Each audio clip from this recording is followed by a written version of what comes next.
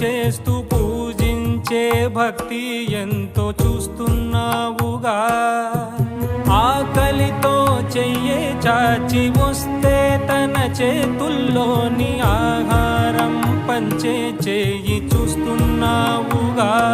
నిన్ను చూడ జనమంతా జగమంతా తిరుగుతారే, సులభంగా నిన్ను చేరే దారెవరు తెలుసుకోరే.